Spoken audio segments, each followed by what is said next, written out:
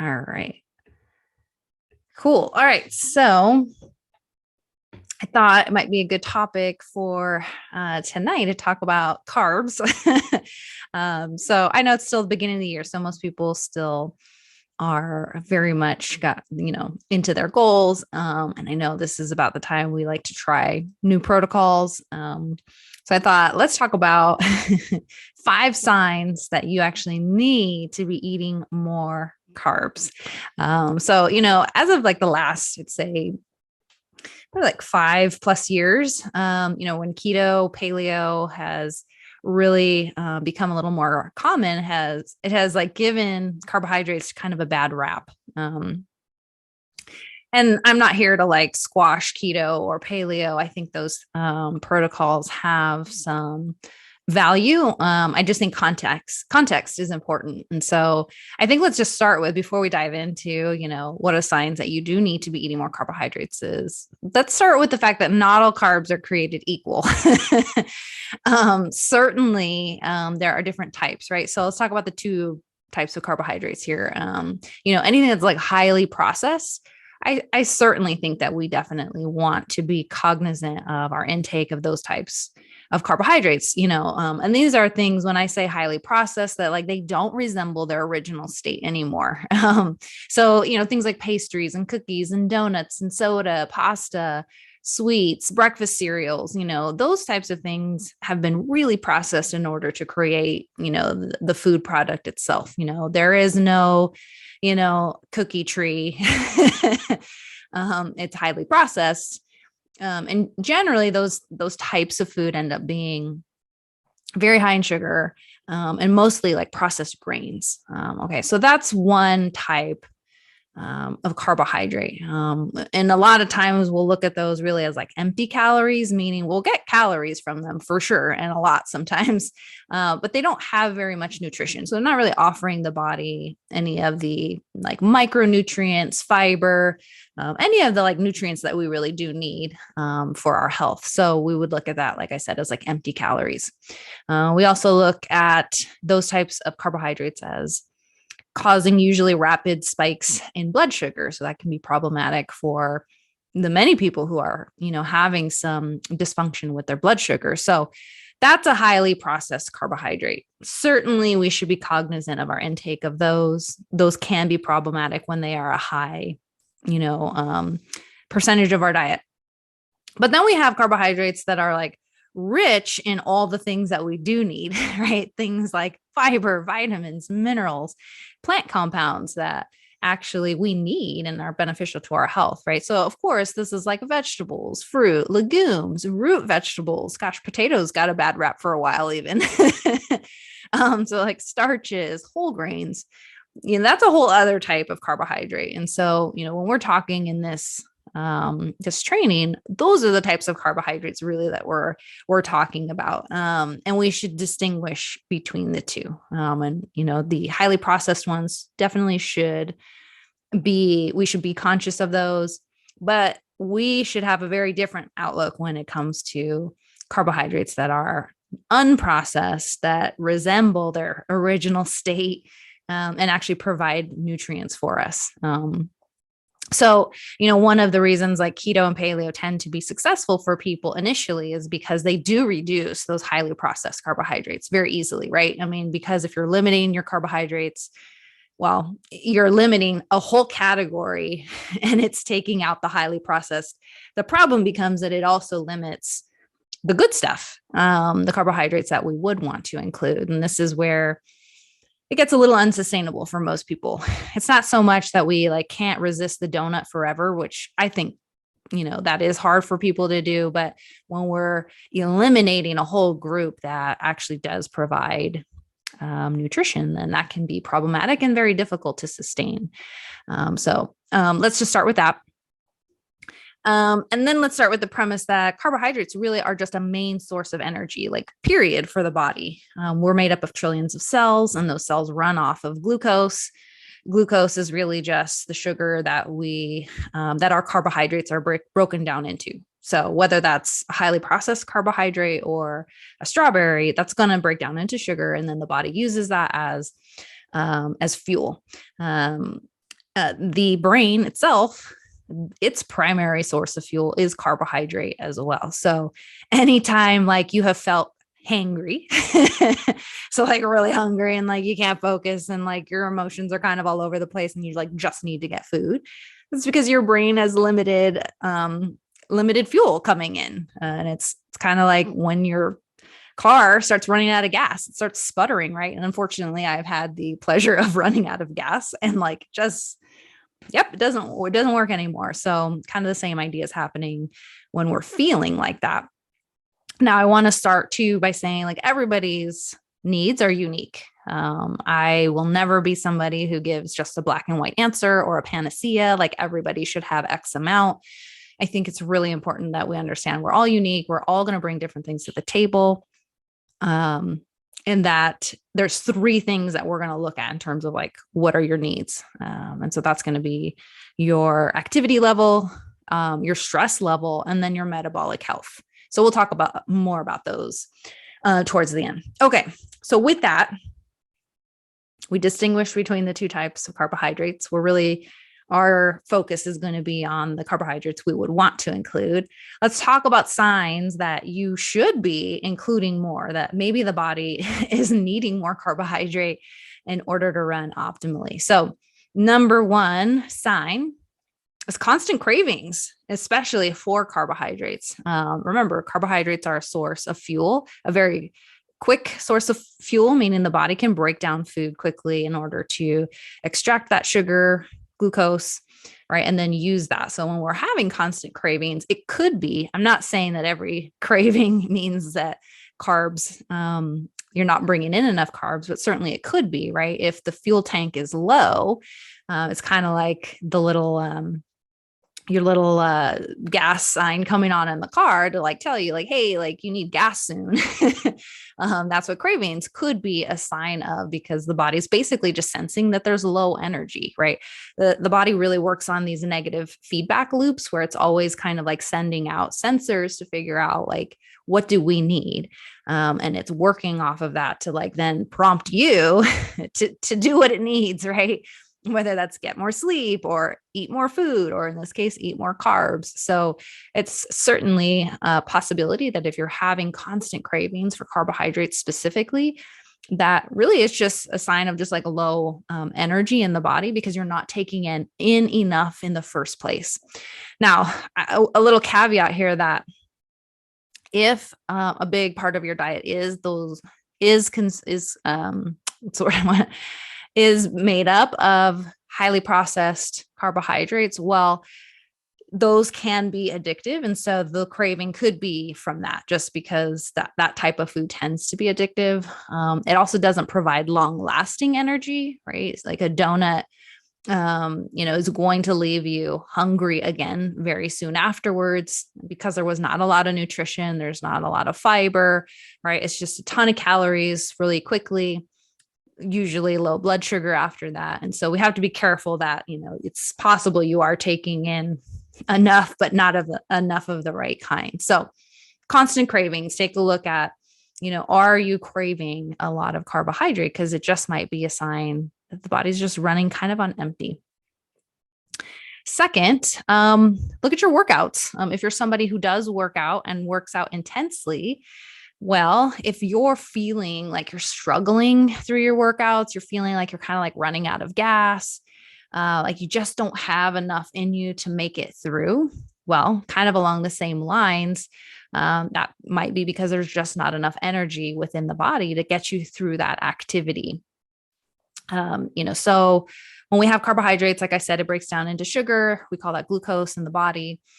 We can store some of that in our muscles, right? And so when we are exercising, your muscle actually is releasing some of that glucose into the bloodstream in order to get you through that activity. If those storages are low and you burn through them, well, at some point you're going to run out of energy. And so you want to be careful that if you are someone who does intense exercise, that you are well fueled, right? So for example, if I was going to go on a long road trip, what's the first thing I would do? I would fill up my gas tank. The more gas in my tank, the farther I can go. I'm not going to set off on a long trip with a quarter tank of gas. I will run out. So it's kind of the same thing that's happening for those of you who love to do like intense workouts. So any of you who are into like CrossFit or Orange Theory or boot camps, those are highly glycolytic activities, meaning glycogen, glucose. They run off of glucose. If you don't have enough in the system, it gets really hard, not only to like make it through the workout, but perform well. So this is why I really, really discourage people who want to do keto or low carb or paleo, which paleo is low carb just by nature. I discourage people from doing that and then pairing it with CrossFit. That's like a horrible combination, or Orange Theory. And believe me, I've done it. I've literally done keto while also doing CrossFit, and it was awful. I literally cried because I had nothing left. I burned through all my glycogen. I was in the middle of a very intense workout and I had nothing left. It was really a terrible feeling. And so that's just a matter of like, that's a terrible marriage of diet and exercise. If you're going to do something on the lower carb side, you need to do less intense activity because you're not fueling that activity properly. So if your workouts are just feeling like a struggle, you cannot get through them. Specifically, like if you're feeling lightheaded or dizzy, that's a huge red flag. That's a sign definitely that you need more carbohydrates coming in. So you think if you're burning through all your blood sugar, right, then you have low blood sugar. This is where the lightheadedness and dizziness will start to kick in. So it's important we match activity and our diet for sure. Okay, so that's the second one. Third one is just kind of like a constant low energy. So you might be seeing a theme here with energy, right? I mean, that's what carbs really serve in the body. They are an energy source, and we should be cognizant of that. So in this case, just daily activities just seem very exhausting, difficult, right? Especially if you have a more active lifestyle. So just things like walking upstairs, bringing in your groceries, picking up your kids, running after your kids, like those things are feeling exhausting. It might be because you're not bringing in enough quality carbohydrate to just, fuel your daily activity.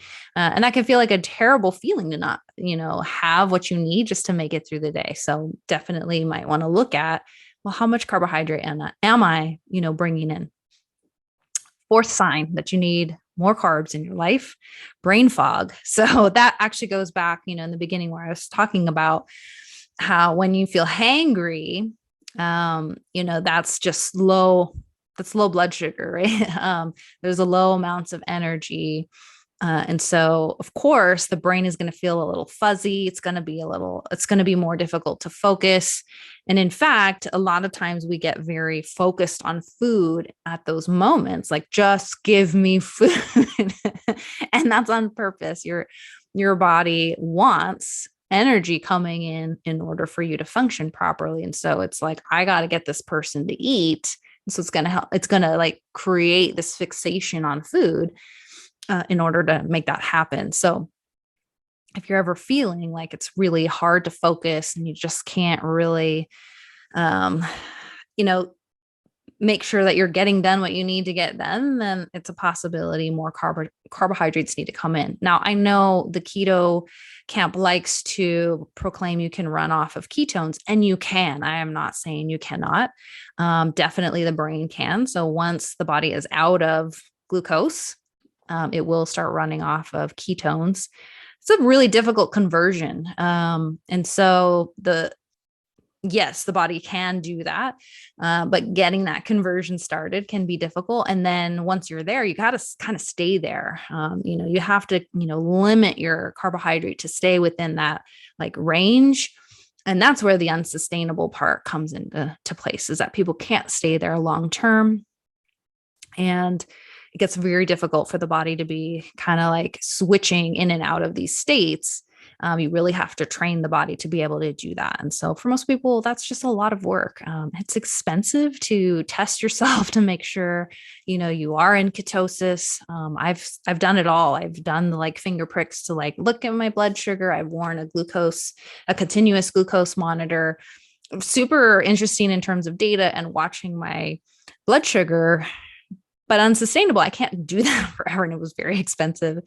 But definitely a learning experience in terms of how my body responds to carbohydrate, but not necessary, I think, for just the regular person who just wants to be healthy and wants like just to maintain proper weight management. So brain fog, number 4. Last one for my ladies here, which most of my audience is women. Anytime your menstrual cycle starts to get disrupted, you have to take a look at what's happening internally. Now, I'm not saying if you have cycle disruption, for sure it means you need more carbohydrate, but it definitely could be one reason. So we're kind of lucky. I don't know, maybe I take that back, but we have this monthly check-in with our health. How your cycle goes is a direct reflection of the health of the body. When things are well, then your cycle should be easy and it should be regular, and there shouldn't be a ton of symptoms associated with that. And so when we start having issues and disruptions, missed periods, it's definitely a sign that we need to take a look at what's going on internally. You have to think the body has 2 main goals: survival, first and foremost, that's the number one goal of the body, and then procreate. And if you can't procreate, if you can't survive, then procreation is not going to happen, right? So think about it like this: if your survival is in jeopardy, the body's not dumb; it's pretty smart. It's not going to then allow pregnancy to happen. Because if you don't even have enough energy, let's say for you specifically, then why would it allow a pregnancy that's going to take even more energy in order for that to, come to pass? So when energy is limited, the body has to make some decisions. It's kind of like the budget idea that when your funds are limited, then the body we'll have to make some concessions. Well, I can't afford a pregnancy right now. And it's always going to choose your survival over reproduction, because if you're not here, you can't reproduce. So definitely you want to be very, very careful in terms of your cycle, even if you're not in a space where you want to get pregnant. That's just a vital sign. And it's just part of being a woman that while you're in your reproductive years, you should at least be cycling. So this is kind of why women have a harder time with keto, or where you'll hear people say like women shouldn't do keto or low carb or intermittent fasting even. I wouldn't say they shouldn't do it. Again, it's always context. Are they in a space where they can handle that? And certainly if you're looking to get pregnant anytime soon, it probably wouldn't be the best fit for that time being. Maybe it's better at a different season in your life. And I think that's where we just have to ask those questions. Like, where are we at? What's the goal? What can I handle?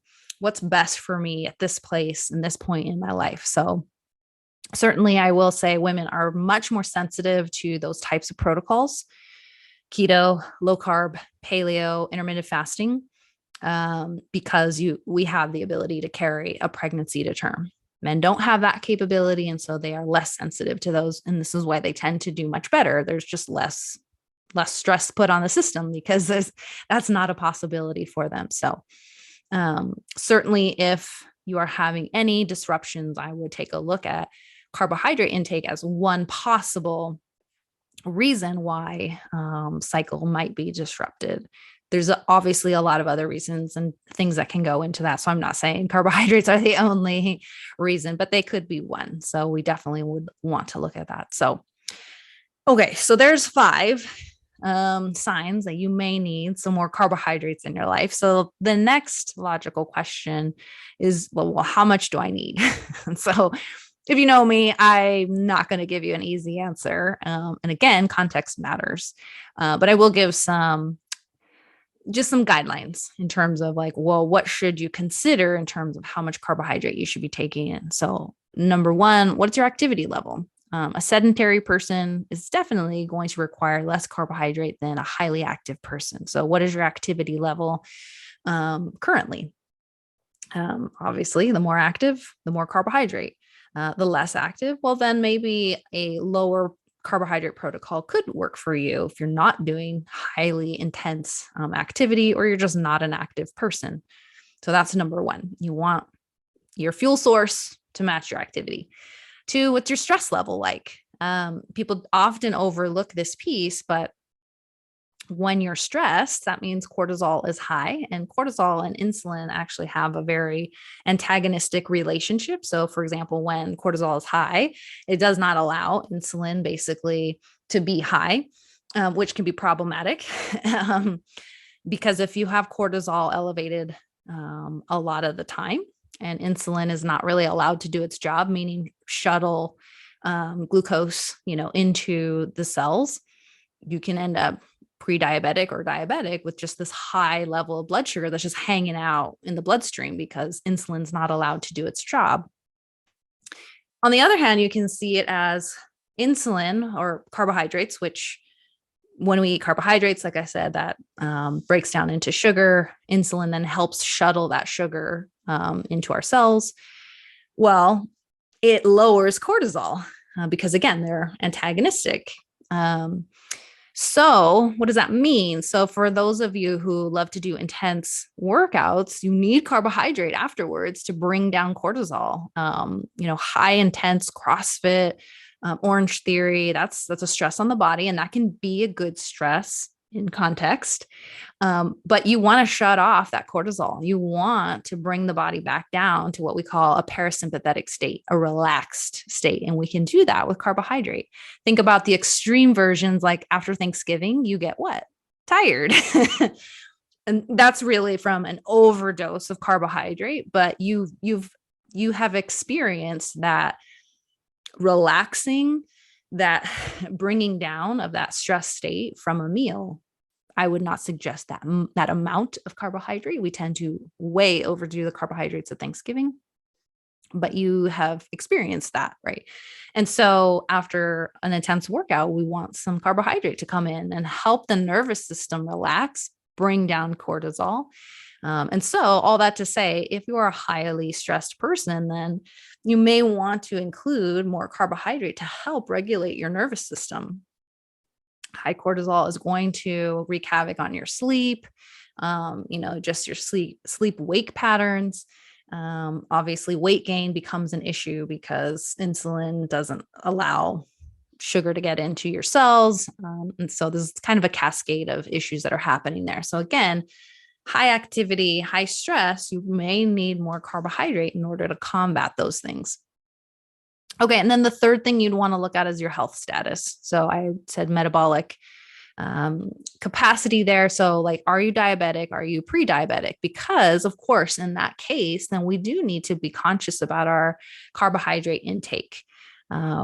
Certainly, I think it's becoming more and more well known that is a very helpful protocol to lower carbohydrate intake to help regulate a diabetic state. So I'm definitely not preaching high carb, number one for everybody, or high carb in general. I think, again, you have to look at your lifestyle and look at where are you at right now? What are your needs currently? So if you're diabetic or pre-diabetic, you certainly need to be cognizant of the amount of carbohydrate coming in. And I think a lower carbohydrate intake could be very helpful to manage insulin, especially if there's some resistance happening in the body. And so that can be an incredibly helpful protocol. I don't know that keto is necessary at that point, but certainly just being conscious and watching, blood sugar in order to make sure that works for you. So activity level, stress level, and where's your health status? Those things are going to basically be the drivers of how much carbohydrate do you need. That's exactly what I look at, with clients in terms of like, okay, when we set their macros, how much carbohydrate do they need? Well, what is their activity level? What's their stress right now? And I will modulate carbohydrate based on stress. So when they're going through a stressful season, I'm like, hey, I'm going to increase carbs a little bit. When they're in a less active state, hey, I'm going to bring carbohydrates down. So it doesn't mean you're just at one intake at all times. So here's my suggestion. Start with a balanced approach.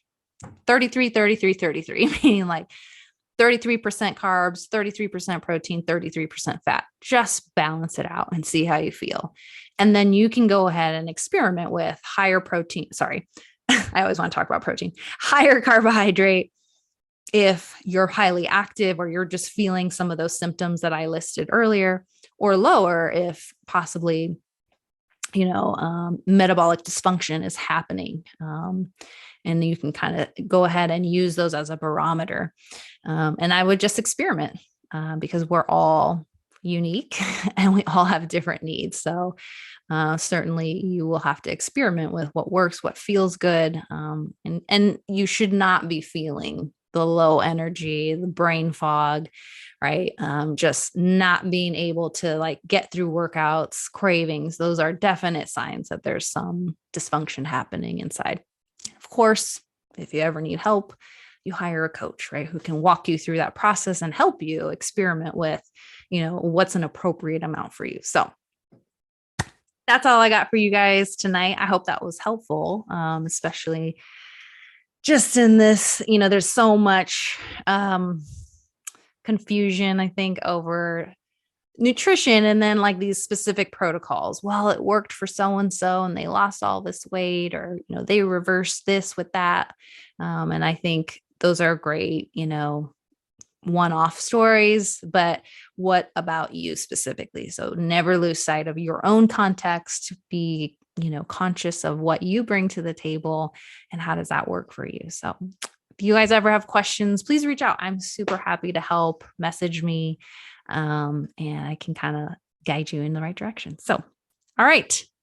That's all I got for this Monday evening for you guys. Have a wonderful, wonderful week, and I'll see you next Monday. All right. Bye, guys.